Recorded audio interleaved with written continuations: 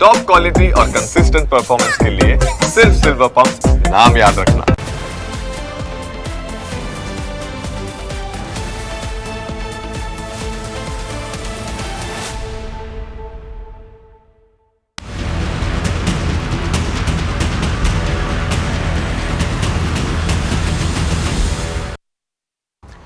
Police અને નશેડીઓની વાત આટલેથી જ નથી અટકતી। તહેવારોમાં નશાખોરોને પકડવાની વાત તો દૂર રહી, પણ સાબરકાંઠામાં ખુદ પોલીસકર્મીએ જ નશાની હાલતમાં અકસ્માત સર્જ્યો। સાબરકાંઠાના ઈડરમાં ખાખી જ પીધેલી પુરવાર થઈ। અહીંયા વડાલીના પોલીસકર્મીએ નિર્દોષ લોકોને અડફેટે લીધા। વડાલી પોલીસ મથકે ફરજ બજાવતો આ પોલીસ કોન્સ્ટેબલ ચેતન અંસારી છે, તે તહેવારોમાં જ રાહદારીઓ માટે જાણે યમદૂત બનીને આવ્યો। ઘટના છે ઈડર ભિલોડા સ્ટેટ હાઈવે પરની, જ્યાંથી દારૂના નશામાં ધૂત થઈને પસાર થઈ રહેલા ચેતન અંસારીએ ટ્રિપલ અકસ્માત કર્યો।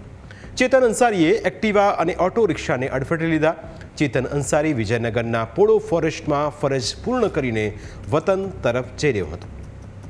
આ દરમિયાન ઈડરના મોહનપુરા નજીક તેણે અકસ્માત કર્યો, જેમાં 8 લોકોને નાની મોટી ઈજાઓ પહોંચી, જેને લઈ ઈડર પોલીસ મથકે તેની સામે પ્રોહિબિશન એક્ટ હેઠળ ભોગ બનનારે અકસ્માતનો ગુનો નોંધાવ્યો છે। આ ઘટનામાં જે સ્વિફ્ટ ગાડીનો ચાલક છે એ ચેતન અંસારી છે અને એ હાલ વડાલી પોલીસ સ્ટેશનમાં કોન્સ્ટેબલ તરીકે ફરજ બજાવે છે। ગઈકાલે પોતાની બંદોબસ્તની ડ્યુટી પોળો ખાતે પૂર્ણ કરીને તે પોતાના વતન વાટડા ખાતે કાર લઈને જઈ રહ્યો હતો। તે દરમિયાન આ અકસ્માત સર્જાયો હતો, જે અનુસંધાને તાત્કાલિક ઈડર પોલીસ સ્ટેશનની ટીમ ત્યાં પહોંચી ગયેલી હતી અને જે આરોપી છે એને પોલીસ સ્ટેશન લાવવામાં આવેલ હતો અને એના વિરુદ્ધ ડ્રિંક એન્ડ ડ્રાઈવનો કેસ નોંધવામાં આવેલો છે સરકાર તરફી।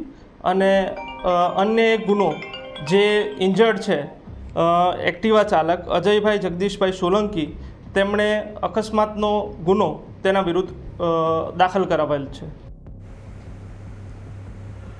પોલીસના દાવા પ્રમાણે આરોપી પોલીસકર્મી વિરુદ્ધ ઉપલી કક્ષાએ રિપોર્ટ કરવામાં આવશે અને ત્યારબાદ તેની સામે ખાતાકીય પગલાં ભરવામાં આવશે। પરંતુ દારૂબંધીની વાતો ઈડરમાં ફરી એકવાર પોકળ સાબિત થઈ છે। સામાન્ય લોકોને દારૂ ન પીવાના પાઠ ભણાવતી પોલીસે ખુદ નશાની હાલતમાં જોખમી રીતે વાહન હંકારતા પોલીસની આબરૂના ધજાગરા ઉડ્યા છે।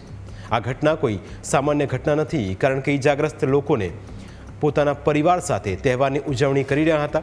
તેમના પરિવારમાં ખુશીનો માહોલ હતો, પરંતુ હવે આ ખુશીઓ અચાનક જ છીનવાઈ ગઈ છે। એક દંપતીની હાલત ખૂબ જ ગંભીર છે। દંપતીના હાથ અને પગના ભાગે ગંભીર ઈજાઓ પહોંચતા તાત્કાલિક સર્જરી કરવાની ફરજ પડી છે। આ સાથે જ 2 વ્યક્તિઓને પગની સર્જરી માટે હિંમતનગર બાદ અમદાવાદ લઈ જવામાં આવ્યા છે અને આ બધું જ એક પીધેલા પોલીસ કર્મચારીના કારણે થયું છે, જેને લઈ ફરિયાદીનું શું કહેવું છે તે પણ સાંભળો। એ બરડોલીનો જે અંડરબ્રિજ છોડીને પછી જે અંડરબ્રિજ બનાવ્યો છે ને, આપણો નવો અંડરબ્રિજ, એની વચ્ચેની સાઈડમાં ફોર વ્હીલવાળા સ્વિફ્ટ ડિઝાયરવાળા ઠોકી। પહેલાં અડાઈ દીધી, રિટર્નમાં પાછો આવીને ઠોકી એને। પહેલાં જમણી બાજુથી આવ્યો એ આવીને પછી ડાબી બાજુ અડી ગયો મને। એ પાછું જે અહીંયા જયો જમણી બાજુથી આવીને પછી રિટર્નમાં પાછું ડાબી બાજુ ઠોકી દીધા અમને।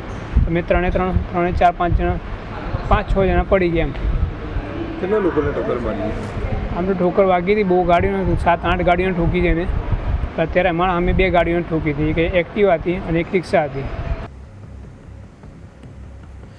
ભિલોડા હાઈવે પર પોલીસકર્મી ચેતન અંસારીના કારણે એક્ટિવા અને ઓટો રિક્ષામાં પસાર થતા નિર્દોષ પરિવારો માટે દિવાળીના પર્વની ઉજવણી શોકમાં ફેરવાઈ ગઈ છે।